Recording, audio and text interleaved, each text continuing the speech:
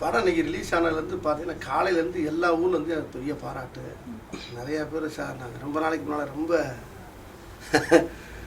ரொம்ப அவர் உழுங்க சிரிச்சாங்க. ரொம்ப எல்லா இடத்துலையும் உங்களை பார்த்தோன்னே எங்களுக்கு பழைய காமெடியெல்லாம் மனசுக்குள்ளே வருது. அதெல்லாம் சேர்த்து பார்க்குறப்ப பயங்கர சந்தோஷமாக இருக்குது. இடையில எங்களை ரொம்ப நீங்கள் வந்து எங்களை சந்தோஷப்படுத்தாமல் விட்டுட்டீங்க. ஆனால் இப்போ நீங்கள் வந்து வந்தது வந்து எங்களுக்கு ரொம்ப மகிழ்ச்சியாக இருக்குது. இப்போ இந்த படம் வந்து இதுக்கு முன்னால் இருக்க தென்னாலி ராமன்றது ஒரு பெரிய வளையம். அப்போ என்னை கேட்டாங்க, இதுக்கு முன்னால் நீ இதை கூட பண்ணியிருக்கலாம் இந்த படத்தை அப்படின்னாங்க. நான் சொன்னேன், தென்னாலி ராமங்கிறது அது ஒரு வட்டம். அந்த வட்டத்தை தாண்டி வெளியே வர முடியாது. இதில் கொஞ்சம் ஈஸியாக வெளியே வரலாம், எல்லா கலவையும் பண்ணலாம் அப்படிங்கிற மாதிரி ஒரு கதையை யுவராஜ் சொன்னார். அந்த ஒரு இதில் பண்ணுறத கொஞ்சம் நல்லா காமெடியாக உள்ள மிக்ஸ் பண்ணி பண்ணதில்லை. இப்போ ஜனங்களுக்கு பூரா பயங்கர சந்தோஷமாக இருக்குது. கதையை ரொம்ப எங்களுக்கு திருப்தியாக இருக்குது. படம் ஆரம்பித்தது வந்து கடைசி வரைக்கும் சந்தோஷமாக சிரித்தேங்க. அதில் ஒரு சின்ன காமெடியெல்லாம் சொல்கிறாங்க, ஒரு ஜிப்பு காமெடியெல்லாம் சொல்லிக்கிட்டு இருக்காங்க. அது ஒரு குழந்தைகளுக்கு கூட ஒரு விழிப்புணர்வு மாதிரி. அது சும்மா முத்துக்கால வந்து வண்டியில் ஒரு லிஃப்ட் கட்டணும் கூட அப்பா கொஞ்சம் ஏற்றிருப்பாங்க. அப்போ முன்னால் போடு, இல்லைப்பா பின்னால் ஏற்று, அப்போ குப்பரை போடு.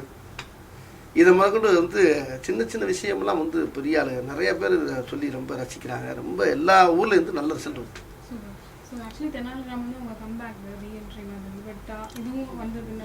இது வந்து இந்த ஹீரோ இந்த ஸ்டைலில் வந்து பண்ணுறது வந்து ரொம்ப இதில் ஹீரோ கலவையெல்லாம் சேர்த்து பண்ணணும். சாங் பண்ணணும், ஒரு காமெடி ஃபைட்டெல்லாம் இருக்கணும் அப்படிங்கிறது. அது ஒரு இதில் ரொம்ப ரொம்ப எச்சரிக்கையாக எதையும் பண்ண முடியும். ஒரு புலிகேசி மாதிரி இது படம். ஏன்னா இந்த கெட்டப்பில் நீங்கள் வந்து ஹீரோவாக பண்ணுறது, ஒரு நகைச்சுவை ஹீரோ பண்ணுறது வந்து ரொம்ப ஹீரோன்னு பொசுக்குன்னு போய் பண்ணி மற்ற மாதிரி இருக்கக்கூடாதுன்ற கொஞ்சம் கவனமாக இருந்தோம் நானும் டைரக்டராக. இதில் ஒரு வித்தியாசம் இருக்கணுங்கிறதுக்காக இப்போ நல்ல வெரைட்டி புது காமெடிகள் நிறையா வந்திருக்கு. இதில் மக்களுக்கு புதுசாக ரசிக்கக்கூடிய அளவுக்கு இதில் நிறைய காமெடி மாட்டியிருக்குது. நீங்களும் யுவராஜ் சாரும் பயங்கரமாக செட் ஆகிட்டீங்க, அடுத்து இன்னொரு படமும் பண்ணுறீங்கன்ட்டு ஆமாம். அந்த இன்னொரு கதை அவர் இதனால யுவராஜ் கிட்ட பிடிச்ச விஷயங்கள் நல்ல ஷார்ப்பாக இருக்கார். நல்ல எந்த விஷயம் சொன்னாலும் நல்ல ஊசி முனையோட கூர்மையாக இருக்கார். நல்ல கற்பூர புத்தி, அதான் சொல்லுவாங்கல்ல கறி புத்தி, வாழை மட்டை புத்தி. கறியில் பொறுத்தனோம்னா இல்லை புகை வரும், வாழை மட்டையில் பொறுத்தா ஒன்றுமே வராது. கற்பூரத்தை பார்த்தா கப்புன்னு பத்தும்ல, அது மாதிரி அவர் ரொம்ப ஷார்ப்பாக இருக்கார். ரொம்ப நிறைய பழைய படங்கள்லாம் ரொம்ப ரசிக்கிறாரு. ரொம்ப ரெண்டையும் கலந்து பண்ணணுங்கிறதுல அவருக்கு ரொம்ப, ஏன்னா அந்த அந்த என்றைக்குமே வந்து அந்த பழமைக்கு என்றைக்கும் அழிவில்லை.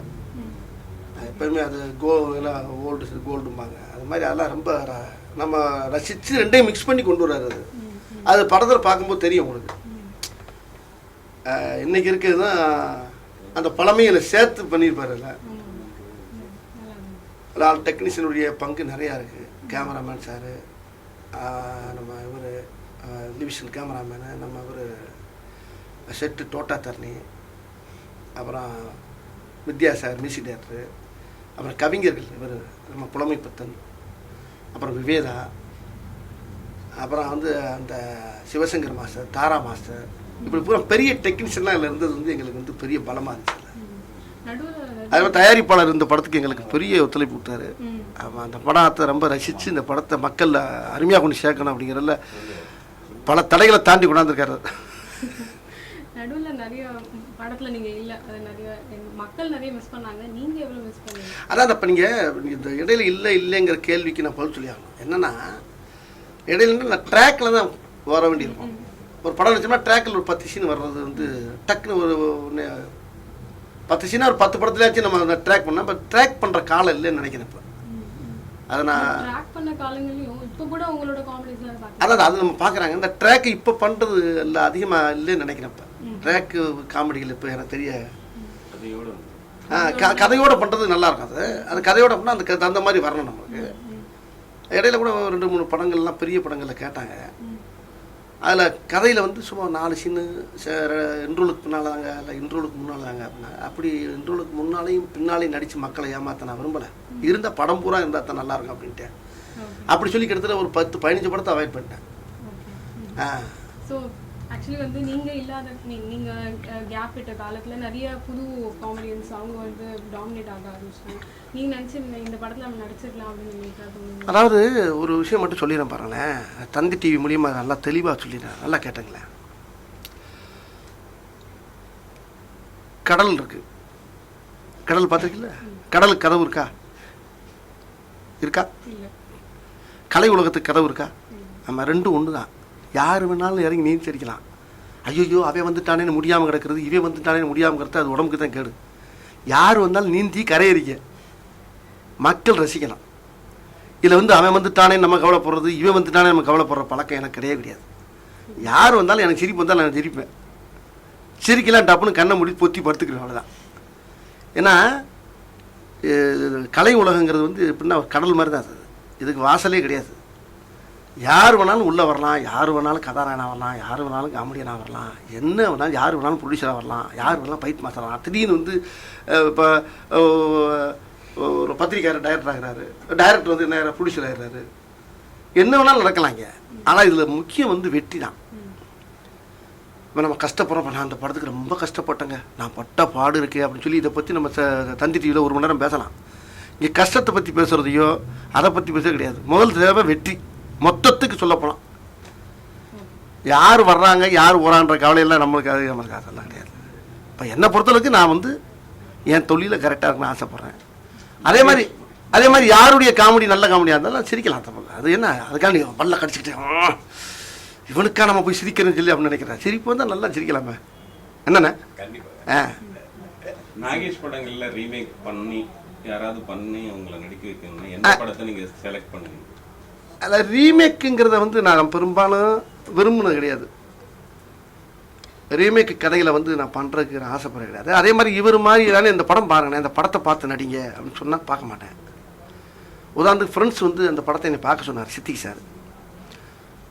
அப்போ அவர் சொன்னப்போ நான் இல்லை படத்தை பார்க்கலாம் சார், நீங்கள் கதை சொல்லுங்கள். ஐயோ நீங்கள் பார்த்துருங்களேன், ஃப்ரெண்ட்ஸ் இதில் கூட ஹிட்டு மலையாளத்தில் அப்படின்னாரு. பார்க்கலையா நீங்கள் அப்படின்னாரு. இல்லை பார்க்கல சார். ஐயோ என்ன நீங்கள் இன்றைக்கி தான் வந்திருக்கீங்க பார்க்கலைங்கிறீங்களே, கொஞ்சம் இருங்க. அப்போ ஜென்ரேட் ஆஃப் பண்ணப்பா அப்படின்னு ஒரு 1/2 hour ஜென்ரேட் ஆஃப் பண்ணிட்டார். 1/2 hour ஆஃப் பண்ணிட்டு 1/2 hour கதை சொன்னார். எனக்கு அவர்கிட்ட கதை கேட்டு அந்த கதையிலேருந்து நானாக என்ன அவர்கிட்ட சொல்லுமோ நான் கொஞ்சம் அவர்கிட்ட டெவலப் பண்ணி சொல்கிறப்ப, நானும் அவர்கிட்ட சில சீன்லாம் கொஞ்சம் டெவலப் பண்ணி சொல்கிறப்ப ரொம்ப ரசித்தார். பரவாயில்ல நீங்கள் பார்க்காதுக்கு ஒரு அர்த்தம் இருக்கிறார். ஏன்னா பார்த்தோம்னா ஏதோ ஒரு வகையில் அந்த வாடை வந்துடும் அவங்க உடம்புல. இப்போ இதில் கூட நீங்கள் ராஜேஷ் கண்ணா சாங் பார்த்துருப்பீங்கன்னு. ராஜேஷ் கண்ணா பாருன்னா ஐயா அவர் பெரிய இல்லை, நல்ல ஆன்மா. அவர் பாடின ஸ்டைல் வேற மாதிரி இருக்கு. ஆனால் நீங்கள் நான் அவர் மாதிரி பண்ணியிருக்க மாட்டேனே. அந்த பாட்டை நான் பலமுறை கேட்டு நானாக ஒன்று பட்டு ஏதோ ஒரு ஸ்டைல் கிடச்சி இதை பண்ணியிருக்கேன். அதில் மக்கள் ரசிக்கிறாங்க. அதை என்னையா ஹிந்தி பாடுறான்னு முதல்ல பார்க்குறாங்க. என்னையா ரொம்ப நேரம் பாடிக்கிட்டு இருக்கேன் அப்படின்னு. ரொம்ப லென்த்தாக பாடுறானப்பா, பரவாயில்ல ஹிந்தி ஃபுல்லாக பாடுறானப்பா, வாய் கரெக்டாக வச்சுக்கிறான். இப்போ நம்ம ஆளுக்கு ஹிந்தி தெரியாது, பாதி பேர் நம்ம ஆளுக்கு தெரியாது. ஆனால் அந்த பாட்டை கேட்டிருக்காங்கல்ல, கேட்டோம்னா வாய் கரெக்டாக அசைக்கிறானப்பா அப்படின்னு. இப்போ இன்னொரு வேடிக்கை என்னன்னா, ஹிந்தி பாட்டில் அதுக்கு அதை புரிஞ்சுக்கிட்டு அந்த அர்த்தத்தோடு அப்படி கையெல்லாம் காட்டி பாடல, அந்த அர்த்தம் வேணும்ல, அதுக்கு அந்த மாஸ்டர் கூட இருந்தாங்க, நம்ம தாரா மாஸ்டர் இருந்தாங்க. ஆக ஹிந்திக்காரங்களும் அந்த பாட்டை பரவாயில்ல மீனிங்கோட பாடுறாரு. ஒன்றும் கிடையாது, ஒன்றும் இல்லை, சொல்ல கேட்டிருக்கான், மாஸ்டரை கையில் வச்சுக்கிட்டான், வாடினா அழகாக இருந்துச்சு. என்ன அப்படி சின்ன பிள்ளை ஒரு ரொம்ப நாளாக அந்த பாட்டை அடிக்கடி கேட்டு கட்டி இதை பாடியே ஆனோட எப்படியாச்சும் இந்த படத்தை பண்ணியிருந்தா ஒரு படத்துலன்னு ஆசைப்பட்டேன். அது மாதிரி தான் அது. ஸோ அடுத்து படங்கள் டைரக்ட் பண்ணுற ஆசை இருக்கு சார்? ஐயா அது நல்லா தானே போயிட்டு இருக்கு வண்டி, நம்மளுக்கு இருக்கு அது, அதெல்லாம் வேணாம். டைரக்டர் அது வேற டிபார்ட்மெண்ட். அது அதை விட ஆக்டிங்கில் இல்லை, நான் டேரக்டர் நிறைய விஷயம் கேட்டுக்கிறோம், அவரும் சொல்லுவார், அப்படி தான் போய்க்கிறோன்னு தவிர நான் அதே மாதிரி எல்லா டேரக்டரையும் நான் கலந்துக்கிறேன்.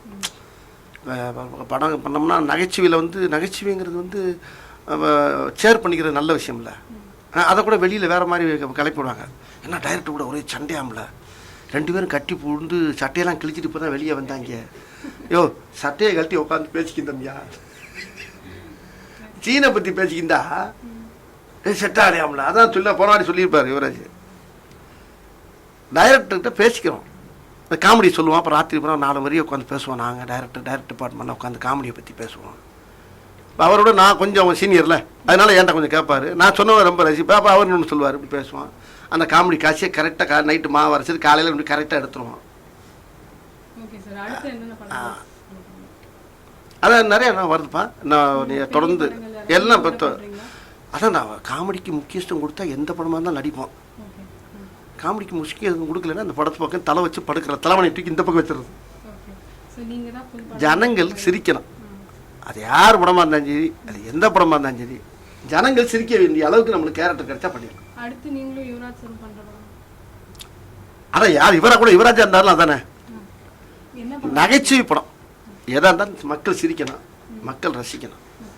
இதில் கான்ஃபிடண்டாக இருக்கேன் நான். நடிகர் சங்கம் பற்றி நடிகர் சங்கம் அது வாட்டுக்கு நடக்க வேண்டியது அவங்க வாட்டு நடத்திக்கிட்டு இருக்காங்க.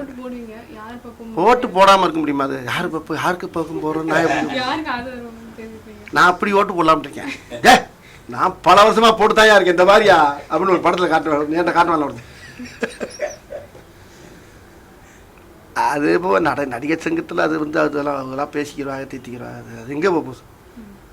முதல் நாள் ஒரு மாதிரியா பேசுகிறாங்க, மறுநாள் எல்லாம் போட்டோ எடுத்து போடுறாங்க. இது ஒன்றும் புரிய மாட்டேங்குது. இதை நீங்கள் பார்த்தீங்கன்னா எல்லாம் ஒன்றா நிற்கிறாங்களே. அது சும்மா அது புருஷ முண்டாடி சேர்ந்த மாதிரி பேசிட்டாங்க. எல்லாம் சரியாயிடுவாங்க. எல்லாம் அவங்களுக்குள்ள ஒற்றுமையாக எல்லாம் சரியாயிடாங்க. சினிமா அது கலைஞர்கள் தானே, உணர்ச்சிகள் அப்படி டப்புன்னு ஏறும், பிபி ஏறும், சாயங்காலம் இறங்கும். அதெல்லாம் அவங்களுக்குள்ள போய் தீர்த்துக்கிறவாங்க. எல்லாம் நல்லபடியாக நடக்கும். யாருக்கு எந்த இது வராமல் சீக்கிரம் நல்லபடியாக நடக்கணும். யார் ஒருத்தர் சண்டை போடாமல் நடிகர் சங்க நடிகர்களாக இருந்து இந்த கலை உலகத்துக்கு எல்லாம் யாருக்கு எந்த வகையிலும் எந்த பாதிப்பு இல்லாமலாம் நடந்துக்கணும்னு ஆசைப்பட்றேன்.